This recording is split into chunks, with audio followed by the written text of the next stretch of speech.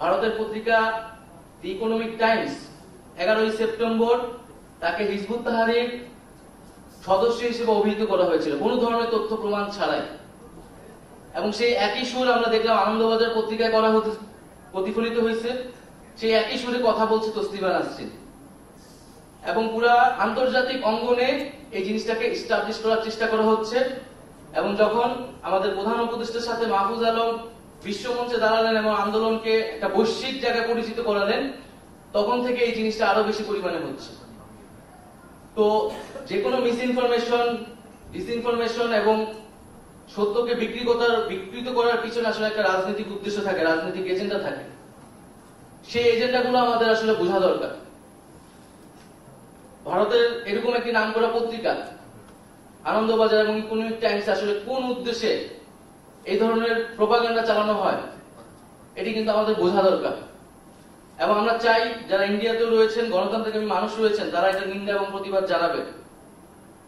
বাংলাদেশের অভ্যুত্থানকে এক ধরনের ইসলামিস্ট উগ্রবাদের সাথে মিলানোর চেষ্টা করা হচ্ছে এবং বাংলাদেশে দেখানোর চেষ্টা করা হচ্ছে যে এখানে এক ধরনের উগ্রবাদের উত্থান ঘটছে এবং তাদের হাতে অভ্যুত্থানটি সংগঠিত হয়েছিল, যেটি একেবারেই সত্য নয়। বরং এটি একটি ইঞ্জিনিয়ারিং করা হচ্ছে। কারণ আমরা জানি বাংলাদেশে ইসলামিস্ট উগ্রবাদ তৈরি হলে ভারতের যারা উগ্রবাদী রয়েছে তাদের জন্য এটা সহায়তা হয়।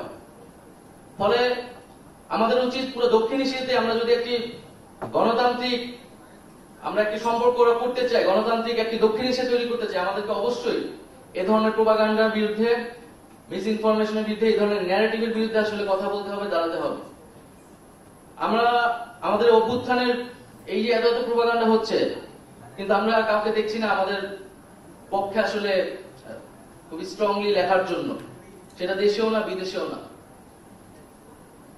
এবং এই অভ্যুত্থানটিতে আসলে কারো সহযোগিতায় হয়নি। শিক্ষার্থীরা খুবই যৌক্তিকভাবে কোটা সংস্কার আন্দোলন করেছিল, কোটা সংস্কার চেয়েছিল, যেটি তারা এর আগে 2018 সালে চেয়েছিল। সরকার এবং তাদের যে বাহিনী, তারা দমন করে মানুষকে রাস্তায় নামতে বাধ্য করেছে। এবং এর সাথে আরো যে সামাজিক বিষয়গুলো ছিল, সেই বিষয়গুলো সামাজিক এবং রাজনৈতিক যে আনরেস্ট ছিল সেটি কাজ করেছে এবং জনগণ আসলে রাস্তায় নেমে এসেছে। জনগণ আর দেখতে চায়নি যে তাদের ছাত্ররা, তাদের ছেলেমেয়েরা এই সরকারের পুলিশ বাহিনীর হাতে গুলিবিদ্ধ হোক, নিহত হোক। তারা তাদের দায়িত্বের জায়গা থেকে নেমে এসেছে। এবং আমরা যে 16 বছর ধরে বাংলাদেশে একটা গণতান্ত্রিক লড়াই চালিয়ে যাচ্ছি, সেই লড়াইয়ের একটা চূড়ান্ত রূপ কিন্তু আমরা পেয়েছি এখানে।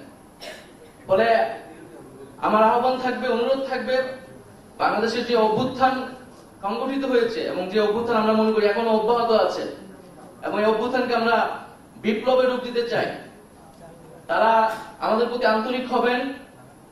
বাংলাদেশ একটি নতুন বাংলাদেশের দিকে যাচ্ছে, সেই বাংলাদেশকে কিন্তু আমাদের বুঝতে হবে। আমরা যদি এখনো পুরনো ছাঁচে বাংলাদেশকে দেখার চেষ্টা করি, বোঝার চেষ্টা করি, তাহলে কিন্তু বাংলাদেশে আসলে কখনোই ব্যাখ্যা করা যাবে না। এবং পুরো যে আন্তর্জাতিক ভাবে বাংলাদেশকে নিয়ে যে ডিসইনফরমেশন হচ্ছে, মিস ইনফরমেশন হচ্ছে, সেটার বিরুদ্ধে সবাই কথা বলবেন। বাংলাদেশের ছাত্র জনগণের অভ্যুত্থানকে আপনারা সঠিকভাবে সকলের সামনে তুলে ধরবেন। এবং আমরা একই সাথে চাই যে এই ধরনের প্রোপাগান্ডা, এই ধরনের মিথ্যা স্টেটমেন্ট, এগুলো দিয়ে পরিকল্পিতভাবে একটা রাজনৈতিক উদ্দেশ্য হাসিলের চেষ্টা থাকে সব দেশে। আমরা যাতে সম্মিলিতভাবে এই যে সকল প্রচেষ্টাগুলোকে ব্যর্থ করতে পারি এবং আমাদের যে গণতন্ত্রের জন্য যে লড়াই, মানুষের অধিকার, সামাজিক ন্যায় বিচার এবং মর্যাদার জন্য যে আমরা পুরো পৃথিবীব্যাপী ছাত্ররা, তরুণরা এবং জনগণ লড়াই করতেছে, সেই লড়াইয়ের পথে এগোতে পারি। সবাইকে ধন্যবাদ। আসসালামু আলাইকুম।